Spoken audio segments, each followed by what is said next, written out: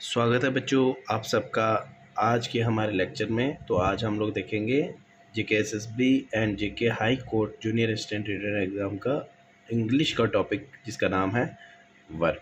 तो चलो स्टार्ट करते हैं। सबसे पहले हमारा वर्ब क्या होता है देखेंगे।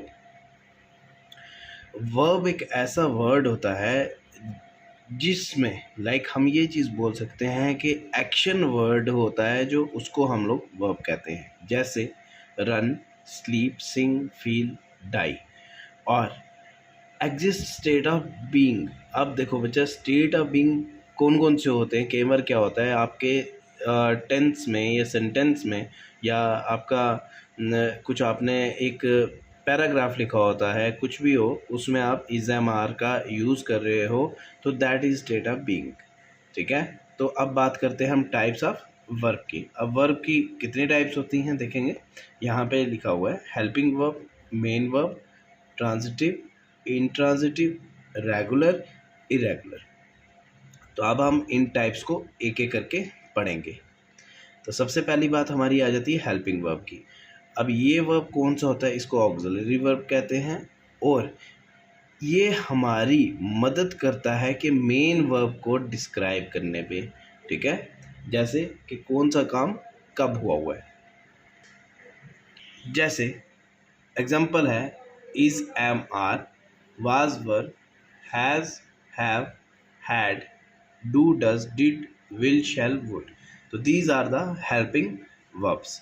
तो अब एग्जाम्पल है हमारे पास आई हैव अ कार। अब देखो, जब अगर आप हेल्पिंग वर्ब में यहाँ पे यूज़ कर रहे हैं, क्या है, हैव। ठीक है। आ कार वैसा ही रहा है, लेकिन जब आप यहाँ पे क्या करते हो, आई हैव बॉट, वहाँ पे ऊपर पहले जो एग्जाम्पल है उसमें सिर्फ दिया गया आई हैव अ कार, सिर्फ आप हेल्पिंग वर्ब का यूज़ कर रहे हो। और यहाँ पे आई हैव हेल्पिंग वर्ब तो यूज़ हुआ है, साथ में आपने बॉट भी यूज़ किया। यहाँ पे बॉट का मीनिंग क्या है, बॉट क्या है, ये बॉट आपका मेन वर्ब है। ठीक है जी, ध्यान रखेंगे। जैसे आई हैव ब्यूटीफुल पेन, या ऐसा कुछ बोल देंगे I have a costly pen. Costly जो होगा आपका मेन वर्ब आ जाएगा, और हैव आपका हेल्पिंग वर्ब आएगा। ठीक है जी।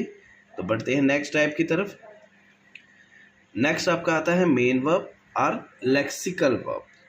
अब इस वर्ब को आप प्रिंसिपल वर्ब भी कहते हैं, और ये इसका काम क्या होता है, दिस शोज द एक्शन और state of being of the subject.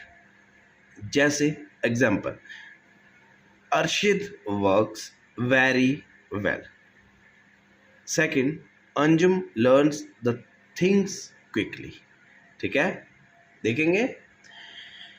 अब जैसे यहाँ पे बोला गया है कि वर्ब में देखेंगे दीज शोज द एक्शन। अब एक्शन क्या हुआ है, अर्शद वर्क्स, वर्क हो गया एक्शन।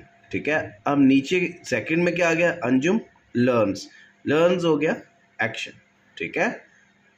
नेक्स्ट देखेंगे टाइप ट्रांजिटिव वर्ब। अब ट्रांजिटिव वर्ब क्या है, these are the verb that require an object to express complete thought और एक्शन। जैसे example, she is playing football. अगर हम लिखते हैं शी इज प्लेइंग, ठीक है, प्लेइंग तो हो जाएगा, लेकिन क्या खेल रहे हैं उसका नहीं पता। अब साथ में हम लोग इस्तेमाल कर रहे हैं फुटबॉल का। यहाँ पे ऊपर क्या मेंशन किया, these are the verbs that require an object. अब ऑब्जेक्ट क्या यहाँ पे यूज हुआ है, फुटबॉल। ठीक है। वर्ब कौन सा है आपका, प्ले, साथ में उसकी आईएनजी फॉर्म। ठीक है जी। अब जैसे यहाँ पे क्या है, आसिफ इज लिसनिंग, लिसनिंग आपका क्या आ गया, क्या आ गया, वर्ब।